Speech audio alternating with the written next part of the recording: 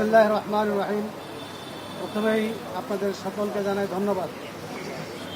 বর্তমান দেশের নাজুক পরিস্থিতি, সংকটময় অবস্থার মধ্যে আমার দিক নির্দেশনা হলো যে আমরা সকলেই ঐক্যবদ্ধ থাকব, ফ্যাসিবাদের বিরুদ্ধে ঐক্যবদ্ধ থাকব। ঐক্যবদ্ধ থাকলে কোনো দেশি ষড়যন্ত্র, বিদেশি ষড়যন্ত্র আমাদেরকে কিছু করতে পারবে না। 2 নম্বর হলো ধৈর্য ধারণ করব। বিপদ আসলে ঐক্যবদ্ধ থাকতে হয়, ধৈর্য ধারণ করতে হয়। আল্লাহ বলেছেন ওয়াসবিরু ইন্নাল্লাহা মা'আস সাবিরিন, ধৈর্যশীলদের সাথে আল্লাহ থাকেন, আল্লাহ তাআলার সাহায্য থাকে। এরপরে আমরা বড় বিস্মিত হয়েছি জালেম সরকার কর্তৃক হেফাজতে ইসলামের বিরুদ্ধে প্রায় 300 মিথ্যা মামলা, যেমন আমাদেরকে হত্যা করেছে, আবার আমাদেরকে হত্যা মামলা দিয়ে হয়রানি করেছে। 9 মাসের ভিতরে 9 মাস হয়ে গেল, এখনো কেন মিথ্যা মামলাগুলো প্রত্যাহার হলো না? এটা আমাদের প্রশ্ন। আমরা পরিষ্কার বলতে চাই, আগামী জুন মাসের ভিতরে সমস্ত মিথ্যা মামলা প্রত্যাহার করতে হবে। আমাদের আরেকটা দাবি যা বলেছি সেটা হলো নারী সংস্কার কমিশন, তারা যে সুপারিশগুলো দিয়েছে, অনেক সুপারিশ সরাসরি কোরআন বিরোধী, কোরআন সুন্নাহ বিরোধী। কোনো প্রস্তাবনা বাংলার মাটিতে বাস্তবায়িত হবে না। এই জন্য আমরা পরিষ্কার বলতে চাই, আপনারা দেখেছেন আমাদের এই কিছু মা বোনেরা তারা নারী কমিশনের পক্ষে মিছিল করেছে। তাদের সংখ্যা হয়তো 50 বা 100 হইতে পারে, কিন্তু তাদের এই সুপারিশ মানে না। ওই ধরনের মুসলিম নারীর সংখ্যা হবে কোটি কোটি। অতএব আপনাদেরও সহযোগিতা চাই। পরিষ্কার ইসলামই একমাত্র নারীর যথাযথ অধিকার দিয়েছে, মর্যাদা দিয়েছে। আমরা কোরআন সুন্নাহ ভিত্তিক নারীর অধিকার এবং মর্যাদা বাস্তবায়িত করতে চাই। আপনাদের সবাইকে ধন্যবাদ। ডক্টর আহমদ আব্দুল কাদের ভাই বলবেন। এই যে আমরা বলছি প্রয়োজনীয় সংস্কারগুলো আপনারা দৃশ্যমান তরিক আপনারা এটা করবেন, এবং যারা নাকি আমাদের মায়ের কোলকে খালি করেছে, আমাদের দেশকে সন্তান হারা করেছে এবং বঙ্গুত্ব বরণ করেছে, এই অপরাধীদেরকে, ফ্যাসিস্টদেরকে, গুমিদেরকে, খুনিদেরকে আয়নাঘর যারা বানিয়েছে, আন্তর্জাতিক সমস্ত দুনিয়ার ইতিহাস লঙ্ঘন করে এদের বিচার দৃশ্যমান করতে হবে, এবং জাতীয় নির্বাচন এইটা একটা পরিবেশ তৈরি করতে হবে। আর সাথে সাথে আমরা স্থানীয় নির্বাচনের ব্যাপারেও আমরা বলছি, এটা যদি আগে হয় তাহলে কালো টাকা এবং পেশি শক্তির প্রভাবটা সেখানে এলাকায় ওভাবে তারা করতে পারবে না। বিধায় সুন্দর একটা জনপ্রতিনিধি একটা প্ল্যাটফর্ম তৈরি হবে, এটা আমরা আলোচনা করেছি।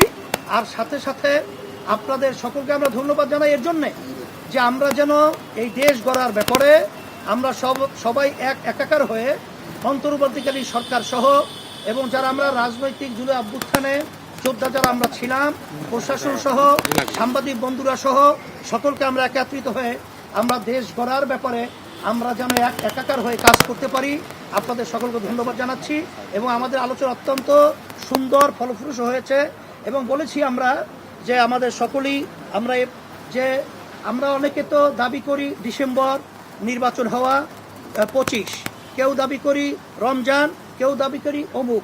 আমরা বলেছি আপনারা সময় তো খুব বেশি এখানে হেরফের না, আপনি বলছেন জুনের মধ্যে, এবং আজকে আমাদের সম্মানিত প্রধান উপদেষ্টা বলেছেন জুনের 1 দিনের পরেও এই সরকার থাকবে না 2025, এটা আপনারা নিশ্চিত থাকেন। 2026 এটা পরিষ্কার সে বলেছে। তা সেই হিসেবে আমরা এটা আস্থা রাখতে পারি। বিধায় আজকে আলোচনা খুব সুন্দর হয়েছে, এবং আমরা সবাই দেশ গড়ার ব্যাপারে আরো যে আমাদের যে একটা ভয় ছিল, অন্ধকারের মেঘ ছিল, সেটা আল্লাহর রহমতে অনেকটা কেটে গেছে। আমাদের অন্তর্বর্তীকালী সরকার এবং প্রধান তাকে আমরা সাহস যোগাবার জন্য আল্লাহের রহমত করে, এবং আমরা আরেকটা কথা বলেছি, যেই বিষয়গুলো বিতর্ক তৈরি হয় এরকম সিদ্ধান্ত নেওয়ার ব্যাপারে আপনারা আরো সচেষ্ট থাকবেন। আরো চিন্তা ভাবনার মাধ্যমে প্রয়োজন হলে আপনার রাজনৈতিক দলগুলো সহ আরো যারা প্রয়োজন আছে তাদের সাথে আলোচনার মাধ্যমে তারপরে এই স্পর্শকাতর যে সিদ্ধান্তগুলো আপনারা নেবেন এইটা আমরা বলেছি। আলহামদুলিল্লাহ। সাথে সাথে আমরা প্রস্তাব দিয়েছি সংস্কারের রোডম্যাপ করতে হবে। এটা অনিষ্টকর সরকার চলতে পারে না, রোডম্যাপ দিতে হবে। আমরা বলেছি নির্বাচনের একটা রোডম্যাপ ঘোষণা করতে হবে। আমরা বলেছি দিন এই মুহূর্তে ঘোষণা করতে না পারলেও মাসটা অন্তপক্ষে আপনারা বলার চেষ্টা করেন। 1-2 মাস আগে পিছিয়ে 25-এর হিসেবে আপনি বলতেন তো, আমরা বলছি 1-2 মাস আগে পিছিয়ে করে আপনি মাথা ঘোষণা করে দেওয়ার ব্যবস্থা করেন। আর বলেছি বিচার দৃশ্যমান হতে হবে। সাথে আমরা বলেছি আপনার মন্ত্রিসভায় বা আপনার প্রতিষ্ঠা পরিষদে এমন কিছু লোকজন আছে যারা বিতর্ক তৈরি করছে, এগুলো আপনি প্রয়োজনে মন্ত্রী পরিষদকে রিসাফল করার চেষ্টা করেন। আমরা এটা বলেছি এবং এটা বলেছি আপনার বিভিন্ন বিভাগের মধ্যে সমন্বয়হীনতা আছে, সমন্বয়ের ব্যবস্থা করতে হবে। আমরা এটাও বলেছি যে আপনি গুরুত্বপূর্ণ যে সমস্ত পলিসি ম্যাটার্স, করিডোর বন্ধ ইত্যাদি এইসব ব্যাপারে সিদ্ধান্ত নেওয়ার আগে রাজনৈতিক দলগুলোকে ডেকে কনভেনশন করে বোঝানোর চেষ্টা করেন যে কি ভালো কি মন্দ আছে। যারা বিরুদ্ধে বলেন তাদেরকে বলার সুযোগ দেন, তাহলে সিদ্ধান্ত গ্রহণ করবেন। একতরফা সিদ্ধান্ত গ্রহণ করাটা মোটেই তাদের জন্য কল্যাণকর হবে না। আমরা বলেছি যে আপনারা সবাই মিলে চেষ্টা করেন যাতে ঐক্যবদ্ধ করার জন্য। বিভেদ ঐক্যের কথা আমরা বলেছি, ঐক্যবদ্ধ হলে সম্ভব যাতে সামনে এগিয়ে নিয়ে যাওয়ার ব্যবস্থা করা। আমরা আশ্বস্ত করেছি আমরা ঐক্যবদ্ধ থাকার চেষ্টা করছি। বিশেষ ইসলামী দলগুলো ঐক্যবদ্ধ আছে ইনশাল্লাহ। আমরা আশা করি জাতির সমস্ত লোককে ঐক্যবদ্ধ করা সম্ভব। প্রধানমন্ত্রীকে আমরা অনুরোধ করেছি আপনি মিটিং ডাকেন, কনভেনশন ডাকেন, ডেকে আলোচনা করেন এবং আপনি যদি আলোচনা করতে পারেন তাহলে সমাধান হবে এবং আমরা আশা করি এইভাবে সমাধান হবে। আপনাদের সবাই ধন্যবাদ। আসসালামু আলাইকুম ওয়া রাহমাতুল্লাহ। সংস্কার, বিচার এবং নির্বাচন ইস্যুগুলোতে আমরা কথা বলেছি। আমরা সমমনা ইসলামী দলগুলো আজকে একত্রিত হয়ে আসছিলাম। ইসলামী আন্দোলন বাংলাদেশের মোহতারাম আমির হযরত মাওলানা মুফতি সৈয়দ রেজাউল করিম সাহেব বিশাল চরমনাই তিনি আসছিলেন। আমি জমিয়ত উলামা ইসলাম বাংলাদেশের মহাসচিব মঞ্জুরুল ইসলাম আফিন্দি, মাওলানা মঞ্জুর ইসলাম আফিন্দি এসেছিলাম। খেলাফত মজলিসের মহাসচিব কাদের সাহেব ছিলেন। এরকম অন্যান্য ইসলামী দল, বাংলাদেশ খেলাফত মজলিস ইসলামী ঐক্যজোট নিজাম ইসলাম পার্টি, ওনারাও আমির মহাসচিবগণ আসছিলেন। আমরা হেফাজতে ইসলামের সম্মানিত মহাসচিব হযরত মাওলানা সাজিদুর রহমান সাহেব তিনি আসছিলেন। আমরা তারপরে গণ অধিকার পরিষদের যে সভাপতি জনাব নুরুল হক নূর সাহেব তিনি আসছিলেন। আমরা একসঙ্গে বাংলাদেশ খেলাফত মজলিসের শ্রদ্ধা আমির মাওলানা মাহমুদুল হক সাহেব আসছিলেন। আমরা একসঙ্গে অন্তরঙ্গ পরিবেশে খোলামেলা কথা বলেছি। নির্বাচন, সংস্কার, বিচার প্রশ্নে আমরা কথা বলেছি। আমরা মাননীয় প্রধান উপদেষ্টাকে বলেছি অনেক আশা ভরসা নিয়ে জাতি আপনাকে এই দায়িত্বে বসিয়েছে। আপনি ধৈর্য, সাহসিকতা এবং প্রজ্ঞার সাথে আপনি সকল রকম দেশ বিরোধী, রাষ্ট্রবিরোধী চক্রান্ত রুখে দিয়ে আপনি মৌলিক সংস্কারগুলো শেষ করবেন এবং জাতিকে আপনি একটি কাঙ্ক্ষিত নির্বাচনের সুনির্দিষ্ট সময়সীমা দেবেন। আপনি ধৈর্য হারা হবেন না, আপনি হোপলেস হবেন না, আপনি কোনো রকম হেজিটেশনের শিকার হবেন না। আমরা ওনাকে আশ্বস্ত করেছি সার্বিক সহযোগিতা দেওয়া এবং তিনিও আমাদেরকে বলেছেন আপনারাও আমার পাশে থাকবেন, এই অন্তর্বর্তী সরকারের পাশে থাকবেন। এবার আমি অনুরোধ করব যে ইসলামী আন্দোলন বাংলাদেশের আমি হযরত মাওলানা মুফতি রেজাউল করিম সাহেব পীর সাহেব সম্মানিত বক্তব্য দেন। বিসমিল্লাহির রহমানির রহিম। আজকে সন্ধ্যা 7টায়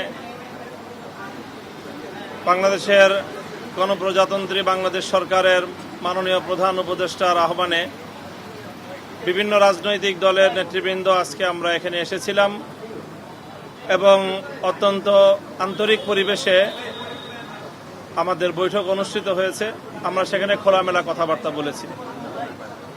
আমরা বর্তমান পরিস্থিতি, বিশেষ করে গত 3-4 দিন যাবৎ বাংলাদেশের রাজনীতিতে যে এক ধরনের অস্থিরতা, জনমানুষের মধ্যে যে উৎকণ্ঠা বিরাজ করছে, সেই জায়গা থেকে আমরা প্রধান উপদেষ্টাকে অনুরোধ করেছি যে কোনো অবস্থাতেই পরিস্থিতি যাই হোক না কেন তিনি যেন মাঝপথে হাল ছেড়ে না দেন। প্রধান উপদেষ্টা আমাদেরকে ব্যাপারে আশ্বস্ত করেছেন যে আমরা যদি সকলে তাকে সহযোগিতা করি তাহলে তিনি চলমান এই যে সংস্কার প্রক্রিয়া, এই সংস্কার প্রক্রিয়ার একটি পর্যায়ে নিয়ে দেশ এবং জাতিকে একটি গন্তব্য পর্যন্ত পৌঁছে দিয়েই তিনি তার দায়িত্ব ক্ষান্ত করবেন এবং একটি সুন্দর গ্রহণযোগ্য জাতীয় এবং আন্তর্জাতিক পর্যায়ে সকলের কাছে গ্রহণযোগ্য একটি নির্বাচন জাতিকে তিনি উপহার দিতে চান এবং সেই নির্বাচনের জন্য তিনি তার সর্বোচ্চ যে সময়সীমা তিনি বলিষ্ঠভাবে স্পষ্ট ভাষায় আমাদের সামনে ব্যক্ত করেছেন, কমিটমেন্ট করেছেন যে 2026 সালের জুনের পরে 1 ঘন্টাও তিনি আর ক্ষমতায় অবস্থান করবেন না, ক্ষমতায় থাকবেন না। এর আগেই তিনি তার প্রক্রিয়া সম্পন্ন করে নির্বাচন দিবেন। আমাদের পক্ষ থেকে আমরা 3টি বিষয়কে গুরুত্বের সাথে উপস্থাপন করেছি। একটি হলো যে চলমান সংস্কার প্রক্রিয়া, এটা এই পর্যন্ত আমরা বলেছি যে এখনো পর্যন্ত সরকারের পক্ষ থেকে সংস্কার কার্যক্রমের কাঙ্ক্ষিত মানের কোনো অগ্রগতি আমরা দেখতে পাইনি।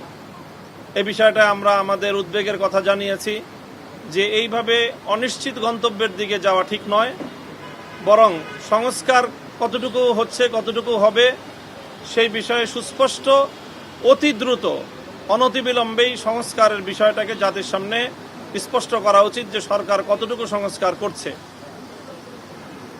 এরপরে হলো যে বিগত যে ফ্যাসিবাদী আমলে যেই হত্যাকাণ্ডগুলো সংগঠিত হয়েছে, শাপলা চত্বর থেকে নিয়ে শুরু করে জুলাই বিপ্লব পর্যন্ত, এই সকল হত্যাকাণ্ডের জন্য দায়ী প্রধান আসামিদেরকে, ফ্যাসিবাদী শেখ হাসিনা সহ তার প্রধান সহযোগীদের অন্তত নির্বাচনের আগে একটা নির্দিষ্ট একটা মেয়াদে নির্দিষ্ট একটা উন্নতি, যেটাকে দৃশ্যমান একটা অগ্রগতি আমরা বলতে পারি, সেটা যেন সম্পন্ন হয়। এ বিষয়ে আশ্বস্ত করেছেন যে অতি দ্রুতই ইনশাল্লাহ এমন একটি আমরা সংবাদ পাব, যার মাধ্যমে আমরা আশা করি যে ফ্যাসিবাদী আমলের এই খুনি হত্যাকারীদের অন্তত 2-4টা মামলায়ও বিচার কার্যক্রম সম্পন্ন হবে এবং অনতিবিলম্বে তার ট্রায়াল শুরু হবে এবং সেই ট্রায়ালের মাধ্যমে সেই বিচার সম্পন্ন হবে। এই বিষয়ে আশ্বস্ত করেছেন। আর একটা বিষয় অত্যন্ত বলিষ্ঠতার সাথে তিনি বলেছেন যে করিডোর এবং বন্দর ইস্যুতে দেশ এবং জাতির স্বার্থ বিরোধী কোনো কার্যকলাপ অন্তত তার দ্বারা সম্পন্ন হবে না। তিনি তার উপর আস্থা রাখার জন্য আমাদেরকে বিশেষভাবে অনুরোধ করেছেন। আমরা বলেছি যে এই সকল বিষয়ে, বিশেষ করে করিডোর ইস্যুতে, বন্দর ইস্যুতে, আন্তর্জাতিক যেই ইস্যুগুলো রয়েছে সেখানে যেন সকল রাজনৈতিক দলগুলোকে সম্পৃক্ত করে সেই বিষয়ে রাষ্ট্র এবং সরকার তার সিদ্ধান্ত গ্রহণ করে এবং পলিসি মেনটেন করে। এবং আমরা এটাও বলেছি যে রাজনৈতিক দলগুলোর সাথে যে সরকারের একটা দূরত্ব তৈরি হয়েছে, যেখান থেকে জাতীয় একটা উদ্বেগ তৈরি হয়, সেই জায়গাটাতেও যেন আরো বেশি পরিমাণ এবং আরো ঘন ঘন রাজনৈতিক দলগুলোর সাথে যেন প্রধান উপদেষ্টার সরাসরি অন্তর্ভুক্তিমূলক এরকম বৈঠক এবং আলাপ আলোচনা হতে পারে, সে বিষয়টাও তিনি বিশেষভাবে আন্তরিকতার সাথে নিয়েছেন। আর আমাদের বিশেষ দলীয় একটা বিষয় ছিল হেফাজতে ইসলামের মামলাগুলো প্রত্যাহারের বিষয়ে। আমরা বিগত মে মাসের 3 তারিখ মহাসমাবেশ থেকে 2 মাসের একটা আলটিমেটাম দিয়েছিলাম। সেই বিষয়ে মাননীয় প্রধান উপদেষ্টা নিজে দায়িত্ব গ্রহণ করেছেন যে তিনি এই বিষয়ে সরাসরি তদারকি করবেন এবং আশ্বস্ত করেছেন যে এবার আর এই টাইমের বাইরে যাবে না, এর মধ্যেই ইনশাআল্লাহ মামলাগুলির বিষয়ে আমরা একটি বিহিত পাব। তো কাজে আমরা এখন মোটামুটি নারী সংস্কার বিষয়েও, নারী সংস্কার কমিশন বিষয়ে আমরা আমাদের উদ্বেগের কথা জানিয়েছি। সেই বিষয়েও তারা আমাদেরকে ইতিবাচক কথাই বলেছেন এবং আমরা এ ব্যাপারে এখন পর্যন্ত আশ্বস্ত যে বিতর্কিত কোরআন সুন্নাহ বিরোধী কোনো নীতি, কোনো আইন বাংলাদেশে তারা কার্যকর করার কোনো পদক্ষেপ নেবেন না, যে এটা আমরা আশ্বস্ত। এবং আমরা নির্বাচনের বিষয়ে আমরা খুব বেশি করে বলেছি যে একটা সুনির্দিষ্ট একটা সময় যেন বলা হয়। এই যে এই ডিসেম্বর থেকে জুন, এই সময়টা তো একটা বড় সময় হয়ে যায় এখানে মানুষের মধ্যে জনমানসে একটা কনফিউশন এবং একটা ধূম্রজাল বা বিভ্রান্তি তৈরি হওয়ার একটা অবকাশ থাকে। সেই প্রেক্ষিতেই তিনি বলেছেন যে চূড়ান্ত কথা হলো যে যেভাবেই হোক জুনের মধ্যে আমি নির্বাচন সুসম্পন্ন করব। যে এই বিষয়ে আমাদের কাছে এই আলোচনা হয়েছে এবং তিনি আমাদের কাছে আশাবাদ ব্যক্ত করেছেন যে এই সকল কার্যকলাপে বাংলাদেশকে বিশ্ব দরবারে একটি সম্মানের আসনে অধিষ্ঠিত করার জন্য তিনি তার তৎপরতা এবং তার যোগ্যতা, তার মেধা দিয়ে তিনি সর্বোচ্চ চেষ্টা করবেন এবং তিনি আশাবাদ ব্যক্ত করেছেন, প্রত্যাশা ব্যক্ত করেছেন যেন আমরা তাকে এই ব্যাপারে সহযোগিতা করি। আমরা তাকে আশ্বস্ত করেছি যে দেশ জাতির পুনর্গঠনে এবং আন্তর্জাতিক অঙ্গনে বাংলাদেশের ভাবমূর্তি উন্নয়নের ক্ষেত্রে আমরা তাকে সহযোগিতা করব।